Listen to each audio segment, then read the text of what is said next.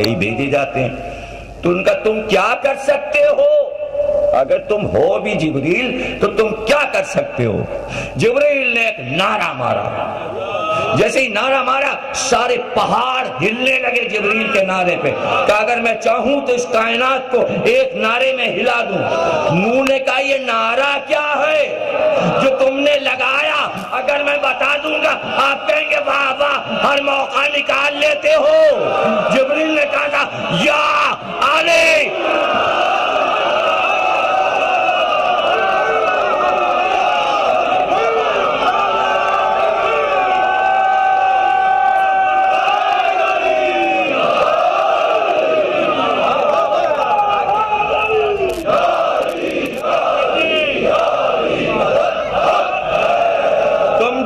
शुरू करो।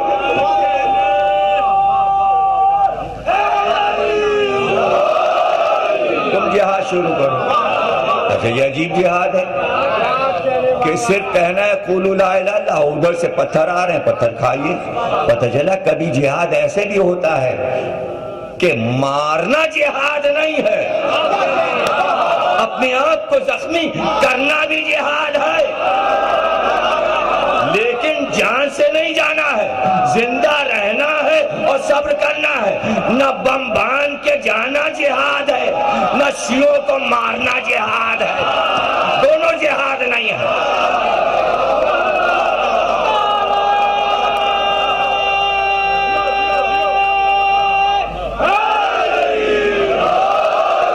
न खुदकुश जिहाद है न दूसरे को मारना जिहाद। असल जिहाद क्या है? सब्र, जो नबी की उम्मत अब तक न कर पाई, तो जो कर रहा है उसको तो करने दो। हाय हाय हाय हाय, मजा ही नहीं लिया जुमले का। क्या अशरे पढ़ तू सब्र पे कि सब्र किसे कहते हैं? हजारों बार पढ़ चुका सब्र क्या है। सब्र है अपनी बात कहे जाना और दुनिया की मलामत की परवाह न करना, इसे कहते हैं सब्र। आज ही जाके इंसान काम छोड़ दे। अगर एक ही बात बार बार कही जाए, ये क्या करते हो, ये क्या करते हो, अच्छा लो छोड़ा जाओ खत्म। यह है फरार, यह है फरार। जब आ चुका लफ्ज करार का तो अब गैर फरार। हम फरार नहीं हैं, हम फरारी के गैर हैं।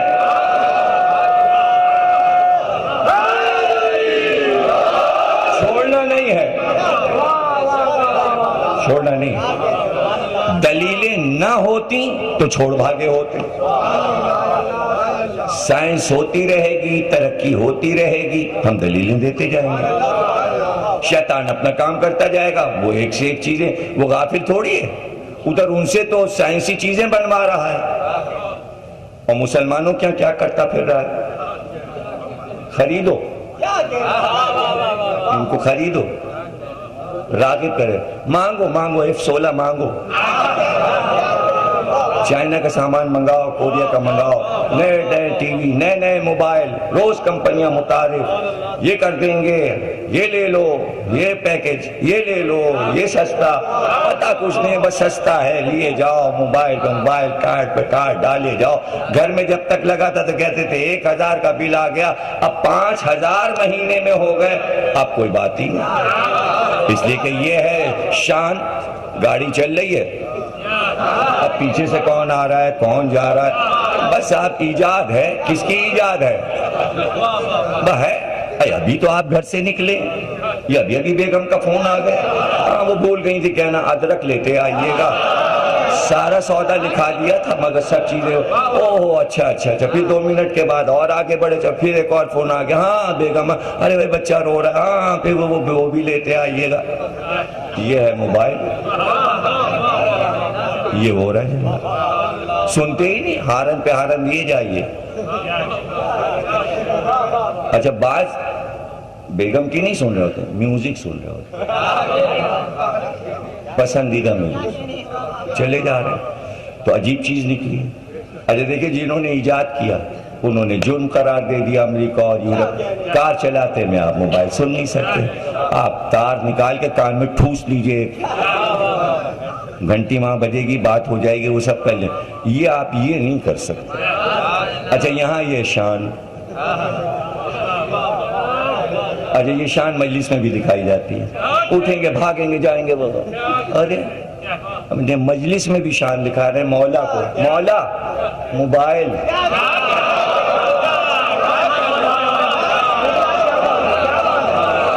मौला आपके जमाने में ये नहीं था। देखिए हम आपकी मजलिस छोड़ के जा रहे हैं। बदतमीजियां, बदतमीजियां, बेशर्मियां, बेहयाइयां, और ये पढ़े लिखे ये कर रहे हैं। जाइए जाके लखनऊ में देखिए, लिखा हुआ है इमाम बाड़े, घड़ी लेके शाम गरीबा मेरी, चश्मा लेके नहीं, बड़ा बड़ा बोर्ड पे लिखा हुआ है। फजूल चीजें लेके नहीं मजलिस में आनी। म्यूजिक भी होती है, बज रहा है वो, बेहिसी बेहिसी। तो क्यों? ईजाद उसकी है, जिक्र अली में म्यूजिक पहुंचवा दी, घंटी पहुंचा दी। वो घंटी बजा के जो बुलाता है, हमेशा उसने मंदिर की घंटियां बजवाई, लोगों को बुलाया। अब पूरी मंदिर की घंटी मजलिस में आ गई, रखा हुआ है मोबाइल, घंटी बज रही है। हिंदू बने हुए हैं बुत परस्त, पता चला मोबाइल की पूजा हो रही है, बुत लिए जेल में बैठे हुए हैं। अभी तक यही समझ रहे पत्थर का बुत होता है, पत्थर। अरे बुत तो जेब में होता है, आवाज वो पैदा करता है। पहले मैं कह चुका तीसरी तकरीर में कि बात हक होती है, अमल बातिल होता है। होता है, मिसाल मैंने दे दी कि जा रहे मूसा नील नदी से गुजर रहे और सामरी पीछे आ रहा है, जिब्रील घोड़े पे सवार है, सुन से चिंगारी उठ रही है, नूर फूट रहा है, वो मिट्टी उठाकर जेब में रखता जा रहा है। जिधर जिधर से जिब्रील का घोड़ा जा रहा है। आ गए मूसा, आबाद हो गए मिस्र में, कोई तूर पे चले गए, बातें कर रहे, 40 दिन के बाद आएंगे। कह के कहते 40 दिन में तौरेत लेके आएंगे। हारून अब ये कौम तुम्हारे सुपुर्द है, इसकी देख रेख करना, और जैसी कौम हम दे के जाएं, जब हम आए वैसे ही वापस करना। यहां क्या हुआ? मूसा चले गए, सामरी उठा और उसने कहा है कौम वालों, गए मूसा, मर गए, अब नहीं आएंगे। मर गए कोहे तूर पे, अब नहीं आएंगे। कौम को यकीन आ गया कि नहीं आएंगे, फिर क्या करें? अच्छा एक आयत आपको देखिए याद आई, मैं सुना। जब ये मिस्र में दाखिल हुए बनी इसराइल, याद आ गया मुझे किस पारे में है, देखिए मैं देख के बताता हूं। सलवार पढ़िए।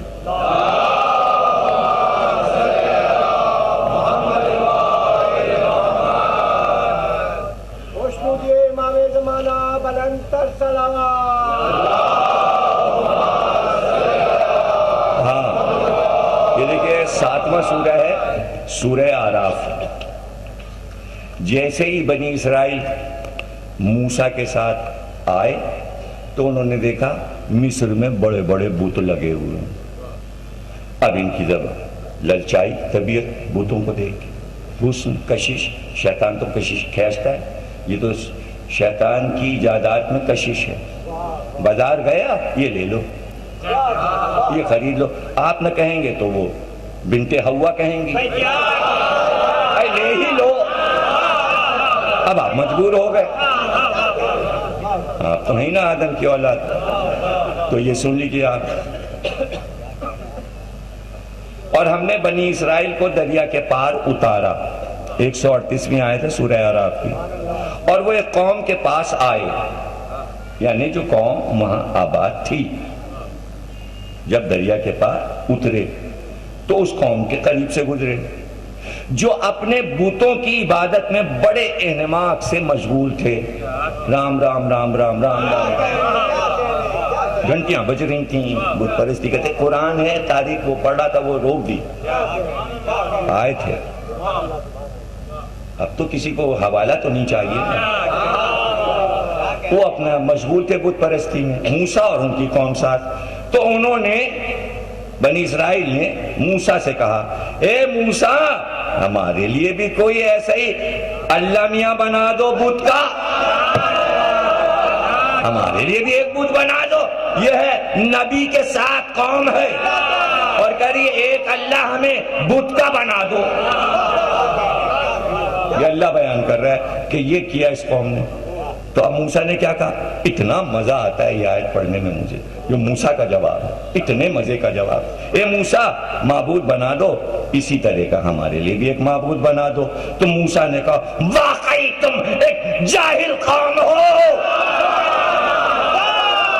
वाकई तुम एक जाहिल कौम हो। इतना सब कह के फिरौन से बचा के, ला इलाहा कहलवा के, इबादत सिखा के, नमाज पढ़वा के, अरे जब मुंह पे मूसा से उम्मत कह सकती है कि एक सनम बना दो, एक सनम, तो बादे नबी क्या सनम नहीं बन सकता?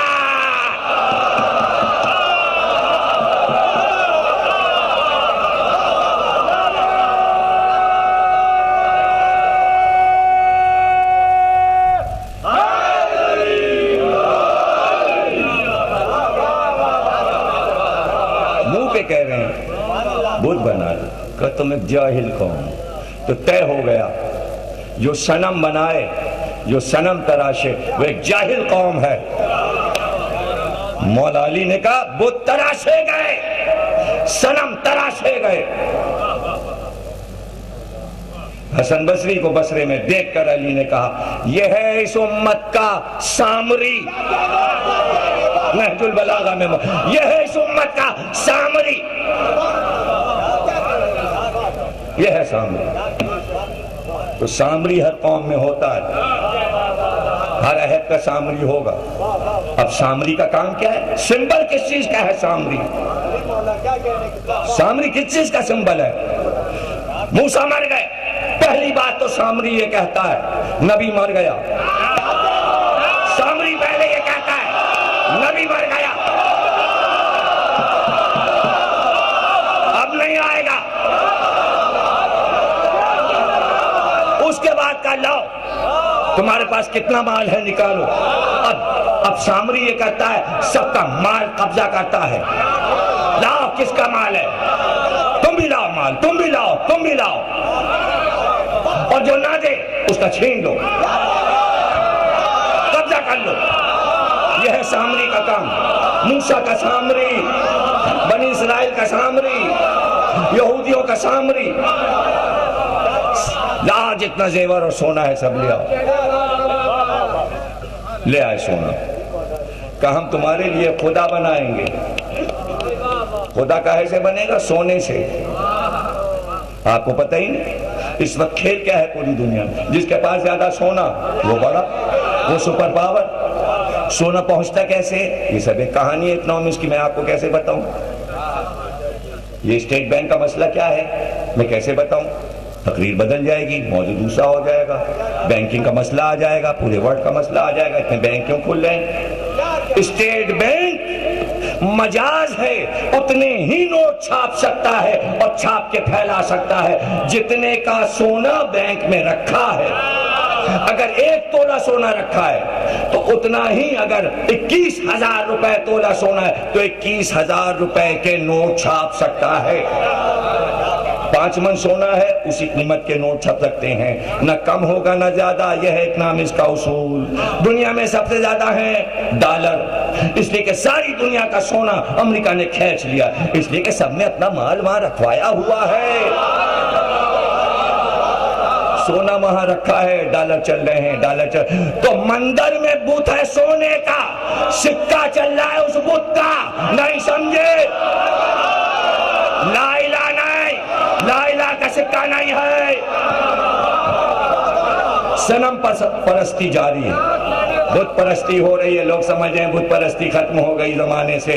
बुत परस्ती तरक्की पर है। सिर्फ इंडिया के लोग बुत नहीं पूज रहे हैं, शिव और गणेश और पार्वती का नहीं, उनसे बड़े बड़े बुत तराश मौजूद हैं, उनसे बड़े बड़े बुत परस्त मौजूद हैं।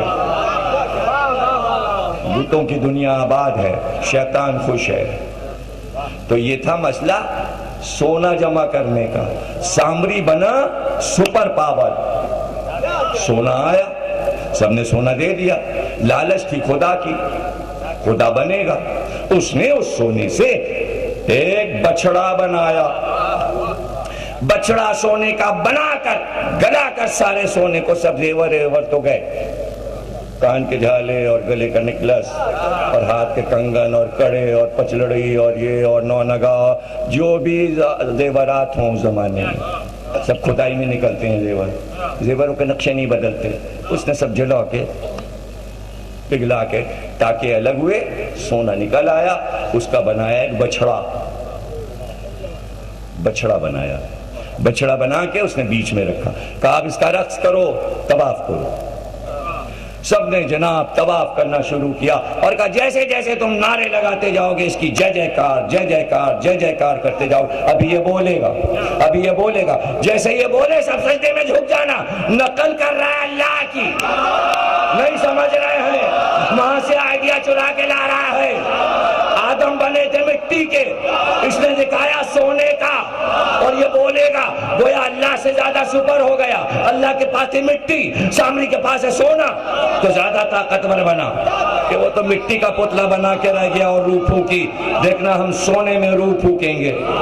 और हरामजादे ने चुपके से वो मिट्टी जो जिब्रील के घोड़े के सुमों की थी वो जेब से निकाल के बछड़े के अंदर डाल दी। उसने कहा भे भे भे,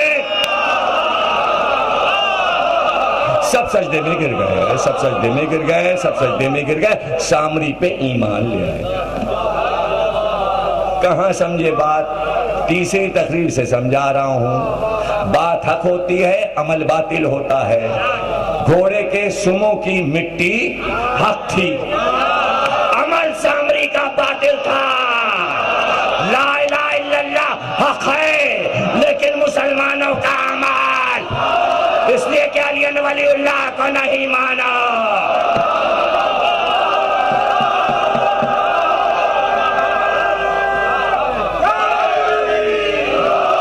मिट्टी पाकीज़ा है, घोड़े के सुमों की मिट्टी है, उसमें असर था, उसने सोने में आवाज पैदा कर दी, इसलिए पीछे चल रहा था, पहचान गया था ये जिब्रील है और ये उनका घोड़ा है और ये मिट्टी आगे काम आएगी।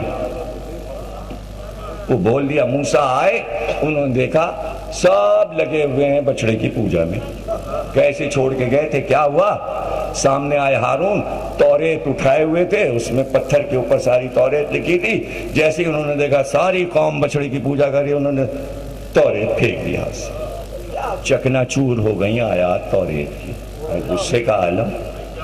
तो हारून से कह गए थे कि जैसी कौम छोड़ के जा रहा हूं वैसी मैं लूंगा तुमसे।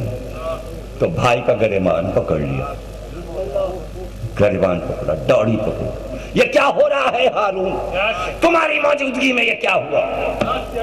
अब ये किस्सा अगर तारीख का होता तो हम छोड़ देते। यह आयात कुरानी कि मूसा ने गरिबान भाई का पकड़ा, कुरान कह रहा है, कुरान कह रहा है बड़े भाई ने गरिबान पकड़ा जिसे खुद मांगा था, वजीर बनाया था कि हारून को मेरा वजीर बना दे। ये उम्मत का हाल क्या हुआ और ये ला इलाहा से बुतों की तरफ फिर क्यों चले गए।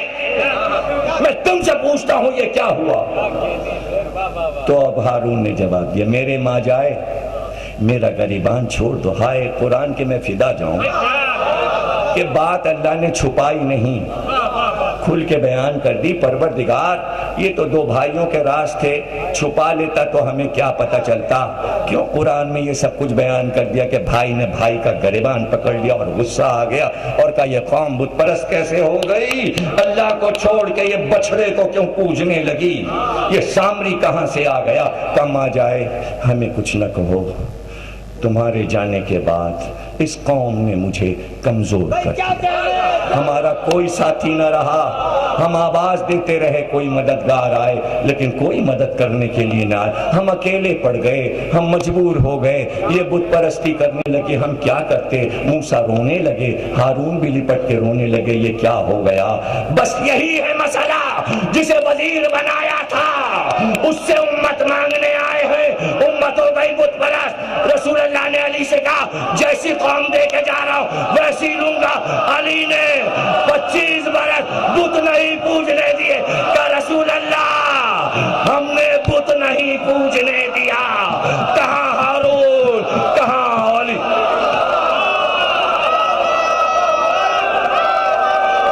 तुम जियो, तुम सलामत रहो। तकरीर खत्म हुई। जितनी चाहे दुरूद और सलाम अली पे पढ़ो, इसलिए पढ़ो कि यही होना था, मुकद्दर था, ये होना था। कज़ा और कदर को अली ने बदल के रख दिया। नहीं समझे? तकदीर थी उम्मत की, अली ने उम्मत की तकदीर को कहा, मैं अपने पैरों के नीचे पामाल करता हूं। ये तकदीर पामाल, मैं तकदीर का मालिक हूं, मैं शब-ए कद्र का मालिक हूं। क्या मजाल जो एक को बुत पूजने दूं। बैठ जा सामरी, चुप बैठ जा। हाय हाय हाय हाय, बैठ जा। अरे क्या मजलिस सुनी है तुमने।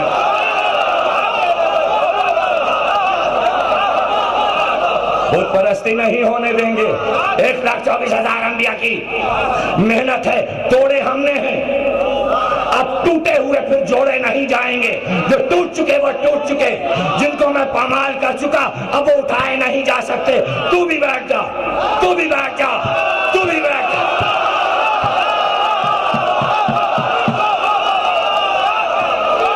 जियो जियो जियो, सलामत। सुनते जाओ, सुनते जाओ, सुनते जाओ। तकरीर खात्मे पर पहुंच गई। तकरीर बिल्कुल अपने खात्मे पे पहुंच गई। जैसे दिया था वैसे ही वापस करना है। बात तो सच थी, इसलिए सच थी कि मुकद्दर था, ये होने वाला था। इस दिन के लिए कहा था। जब ये तबूक पे जा रहे थे, काली तुम मदीने में रहोगे इसलिए कि यहाँ लूट पड़ने वाली है। मैं तबूक जाऊंगा, मदीने पे हमला होगा, बच्चे औरतें तुम्हारे हवाले हैं। अभी रसूल आधे रास्ते पहुंचे थे कि मदीने के लोगों ने कहना शुरू किया, अब रसूल अली से नफरत करने लगे। अब इस लड़ाई में नहीं ले गए, तबूक में नहीं ले गए। तो क्या अली को नहीं मालूम कि मोहब्बत किस मंजिल पर है? नहीं, जवाब देना। इसलिए घोड़े पे बैठे, जुलजना पे बैठे और तेज उससे कहा, चल जहां रसूल है पहुंचा। उसने तेजी के साथ रसूल के पास पहुंचा दिया। लोगों ने तिला दी, अली आ रहे पीछे से। रसूलुल्लाह घोड़े से उतर पड़े। काली, मैंने तो तुम्हें मदीने में मुकर्रर कर दिया था, तुम मेरी जगह हो हाकिम, क्यों आए? कल लोग ये कह रहे हैं कि आपने हमको अपनी नजर से उतार दिया है, इसलिए इस लड़ाई में तबूक में साथ नहीं लेके जा रहे। का झूठा है जो ये कहता है। हमारी तुम्हारी निस्बत वो है जो मूसा को हारून से थी। मैं मूसा हूं, तुम हारून हो। जब मूसा गए कोहे तूर पे तो हारून को छोड़ गए। समझिए हदीस को, समझिए हदीस को। सबने लिखा है शायद सत्ता में ये हदीस मौजूद है। मैं मूसा हूं, तुम हारून। और फिर अगला जुमला कह दिया, लेकिन या अली मेरे बाद नबूवत नहीं। पता चला हारून नबी थे। अगर कह देते यहां पे रुक जाते तो अब अली को नबी होना था। इसलिए कहा तुम हारून तो हो, मर्तबा तो वही है, नबी वाला तुम्हारा मर्तबा है, लेकिन मेरे बाद नबी नहीं है। बचाया बचाया, तुम हो, नबूवत नहीं है। ये है हदीस खत्मे नबूवत। अगर ऐलान न करते कि अली तुम हो और नबूवत नहीं है तो अब दलील खत्मे नबूवत वालों के पास नहीं है। इसलिए कि छोड़ के क्या गए? अगर छोड़ के गए, अगर कादियानी नबी बना ले तो बना ले, दलील कहां है? दलील यह है कि नबी नहीं बन सकता, अली बन सकता है मेरे बाद, लेकिन नबी नहीं बन सकता। तो दो ही चीजें बन सकती हैं, या अली बने या नबी। एक को मना कर दिया कि नबी नहीं बनेगा मेरे बाद, अली बनेगा। अब तीसरी चीज कहां से आई? या अली बने या नबी बने। नहीं समझ रहे, कोई भी नहीं समझ। कोई चीज और बन ही नहीं सकती। या अली बने या नबी, और नबी बन नहीं सकता इसलिए कि मेरे बाद नबूवत नहीं। बस ये सुनना था, घोड़े को फेरा, जुलियाना की बागें फेरी। यहां क्या हुआ, इधर अली गए, रास्ते में आधा मील लंबा कुआं, एरिया उसका इतना कि यहां से वहां तक, मशरिक से मगरिब तक, और उस पर छप्पर पड़ा, घास फूस पड़ी और घास उगी हुई, पेड़ उगे हुए कि अंदर कदम रखे तो छप्पर टूटे और हौज में जाए।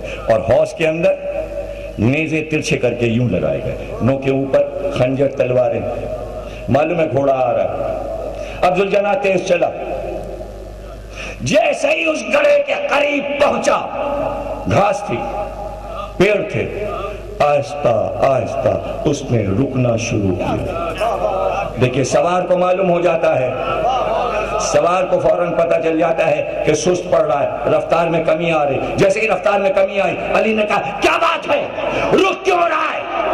कहा आगे जाऊंगा तो मौत है, क्या गुजर जा। अली कहता है गुजर जा।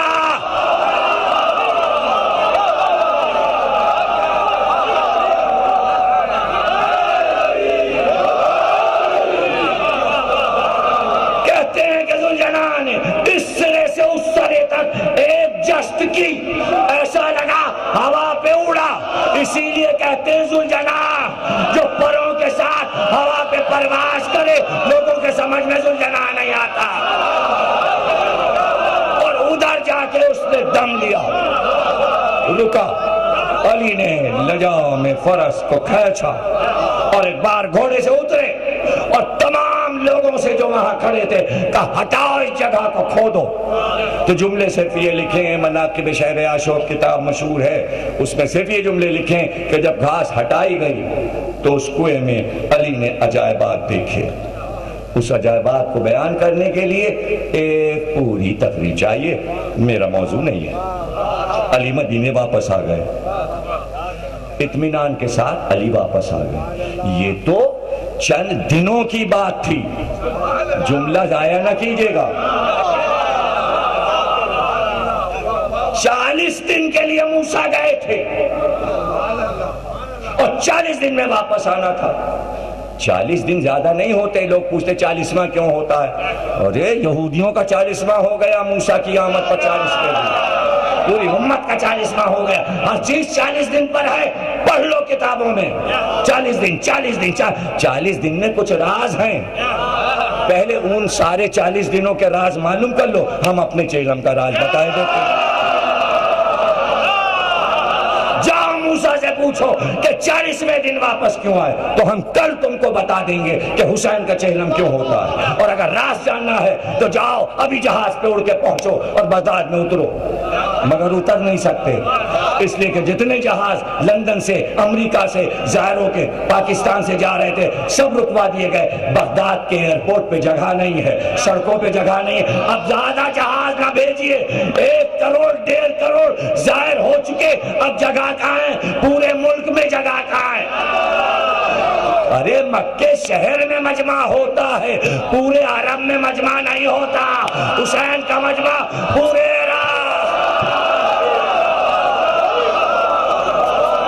यह है चेलम का राज, यह है चेलम का राज कि 40वें दिन, चाहे वो 1 बरस के बाद, चाहे वो 2 बरस के बाद, ज़ैनब शहादत के 40 दिन पर आई हैं। पहले साल न सही, दूसरे साल, लेकिन आशूर से 40 लगेंगे, चाहे 1 साल के बाद, चाहे 2 साल बाद। इसमें भी राज कभी पढ़ देंगे अगर इसी दिन, चेलम के दिन। और जब 40 दिन के बाद आए तो पूरी कौम बुतपरस्त हो चुकी थी। 40 दिन के बाद मूसा आए, पूरी कौम बुतपरस्त हो चुकी थी। तो 40 दिन इतना कम पीरियड और उसमें ये बदल गए। तो जब ज्यादा पीरियड होंगे तो क्या होगा। अली को तो 25 बरस गुजारने हैं। अब 25 बरस अली का जो अमल है सिर्फ निगरानी। कहां जा रहा है, मस्जिद में जा रहा है ना। समझो, अब पढ़ने की ताकत नहीं है। कहां जा रहा है ये, कहां गया था ये, नमाज में क्यों नहीं आया, ये सुबह की नमाज में क्यों नहीं था, ये मगरिब की नमाज में क्यों नहीं था, इशा में कहां था, तुम कहां गए थे, तुम क्या कर रहे थे? आपको क्या पता बाग में क्यों बैठे? शहर में बैठेंगे तो निगरानी नहीं हो सकती। बैरून मदीना बैठे कि चुपके से मक्के ना निकल जाए, छुपे हुए गड़े हुए बुत शैतान निकाल के ना लिया है कि ले एक एक करके एक। अब क्या पढ़ूं भाई, अब क्या पढ़ूं? बस एक पहलू रह गया और अर्ज कर दूं, तकरीर तो कामिल हो ही चुकी, एक पहलू रह गया तो कहना शुरू कर दिया, हक था तो तलवार क्यों ना निकाली, तलवार क्यों ना निकाली। तो ये बात की कोई दलील थोड़ी, उसकी दलील तो रसूलुल्लाह पहले ही दे गए थे।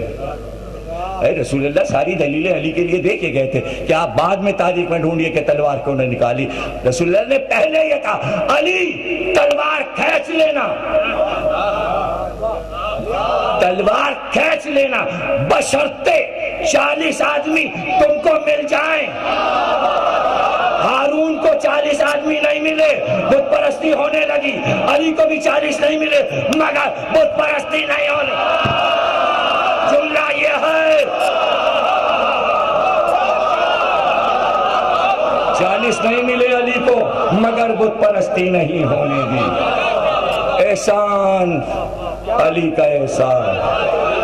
नमाजें पढ़ो मुसलमान, 2-2 रकत अली के लिए शुक्राने की। मौला अली आपका शुक्रिया कि आज हमें हर चीज में बुत परस्ती नजर आती है। अब कल की तकरीर के लिए मौजू दे दूं कि एक तरफ अल्लाह कहता है सारे बुत मिटा दिए जाएं, और दूसरी तरफ बुत के साथ साथ कुछ चीजें चलाता है और वो कहता है ये मेरे सिंबल हैं। बुत नहीं रहेंगे, मेरे सिंबल रहेंगे। नूह से कश्ती बनवाई लकड़ी की, इब्राहिम से काबा बनवाया, पत्थर रखवाया, हजर अस्वद रखवाया, वो पत्थर ना रहे, मेरा पत्थर रहे। सुनते जाओ, तकरीर खत्म हो रही है। ये लकड़ी का बुत ना रहे, कश्ती नूह रहे। तुम्हारी लोहे की छड़ी ना रहे, मूसा का आसा रहे। तुम्हारा तख्त तो आज ना रहे, सुलेमान का तख्त रहे। नहीं समझ? तुम्हारी तलवार ना रहे, हमारी जुल्फ़िकार रहे। नहीं समझ रहे हो? अब अगर आप में बर्दाश्त है, मुझ में तो बयान करने की थोड़ी बहुत ताकत कहीं से आ जाएगी, लेकिन अगर आप में बर्दाश्त करने की ताकत है तो बस अब ये उठा लीजिएगा बार, और आप इस काबिल हैं कि इस बार को उठा लें। हाँ, वो लकड़ी का बुत ना रहे। ये कश्ती हमारी है, नूह की नहीं, हमारी, हमने बनाई है। ये घर इब्राहिम ने बनाया है, पत्थर का। तुम्हारे पत्थर का बुत ना रहे, हमारा पत्थर का घर रहे। तुम्हारा कोई बुत ना रहे, हमारा हजर अस्वद रहे। तुम्हारी तलवारें ना रहे, हमारी जुल्फ़िकार रहे। तुम्हारे तख्त ना रहे, नबी का मिंबर लकड़ी का रहे। तुम्हारी हर चीज हराम, हमारी हर चीज हलाल। तो बस अब सुन लो, दुनिया जो बातिल पर है उसका आलम ना रहे, हमारा आलम रहे।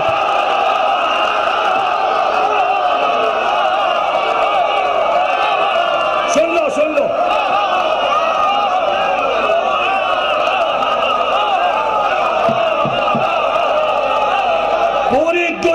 पूरी दुनिया में अगर पूरी दुनिया में जानवर की पूजा हो रही है तो सबको मिटा दो, सिर्फ हमारा जुल्जला रहे।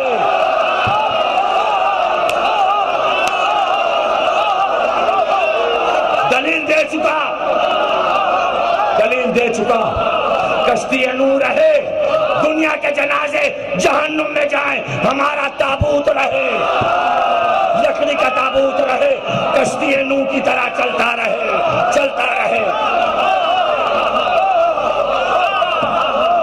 सुन लिया। हाँ, सारे मंदिर गिरा दो। कुछ कह रहा हूं, सारे मंदिर गिरा दो, सारे बुतखाने गिरा दो, सारे बुतखाने ढा दो, हमारा घर काबा रहे। जब काबा रहे तो हमारा इमाम बाड़ा रहे।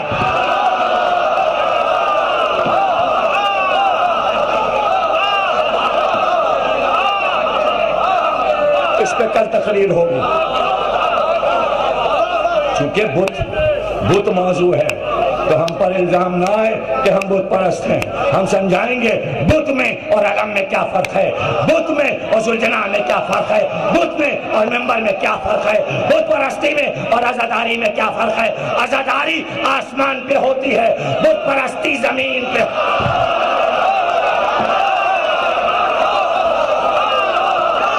तुम जियो तुम सलामत, ऐसे ही सुनते रहो मजलिस में, यही शान रहे।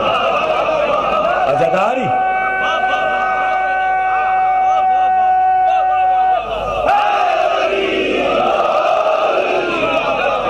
कोई इमाम बेहुक्म अल्लाह काम नहीं करता। ये भी एक फलसफा है, इसके लिए भी अशरा चाहिए। जैसे नबी अल्लाह के बगैर कोई काम नहीं करता, इमाम भी नहीं करता। होंगे बुत, बुतों की मिट्टी ने कितने लोगों को सेहत दी।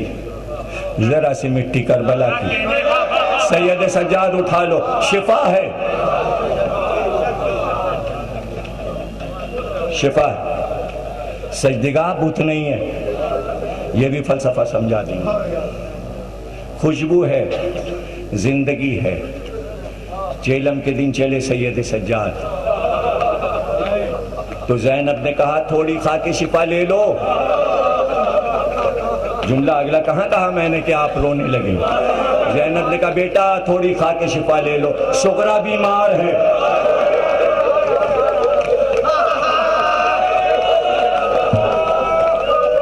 सुगरा बीमार, अल्लाह कैसे आमद हुई है, किस तरह आमद हुई। कब्रे हुसैन बनाने आई हैं, बनाई है तो अब तक बनी हुई है। ज़ैनब बीबी आपकी निगरानी में बनी है, मज़ार आपने बनवाया है, सैयद सज्जाद ने बनाया है। देखिए तो करोड़ों ज़ायर पहुंचे हुए हैं। आपकी दी हुई अज़ादारी है बीबी, ये कभी मिटेगी नहीं। आज भी करबला में या हुसैन की सदाएं गूंज रही हैं। सबसे पहले आपने कब्र हुसैन के गिर्द तवाफ करती गई, 7 बार चक्कर लगाया और बनी असद की औरतों से कहा मेरे पीछे आओ और जो जो मैं करूं वो करो। ज़ैनब बीबी ने बाल खोल दिए, कब्र हुसैन का तवाफ करती गई, दोनों हाथ सीने पे मार के कहती थी भाई मेरा भाई हुसैन। बहुत रोगे, तकलीफ खत्म हो गई। मैं ज्यादा मसाइब नहीं पढ़ रहा हूँ, इसलिए कि फजाइल में वक्त ज्यादा दे रहा हूँ। चेलम के करीब मसाइब तफसील से पढ़ दूंगा। कल से मसाइब के वक्त शुरू हो जाएंगे, 17, 18, 19, 20। आज के आखिरी जुमले एक बार हुसैन के कब्र के गिर्द या हुसैन मेरा भाई हुसैन कहकर मातम करना शुरू किया और आवाज देती जाती भैया तुमने सकीना को मेरे हवाले किया था, मैं सकीना को नहीं ला सकी, कैद खाने में सकीना सो गई, मैं क्या करूं, तुमने ख्वाब में आके सकीना को बुला लिया, सकीना साथ नहीं आई।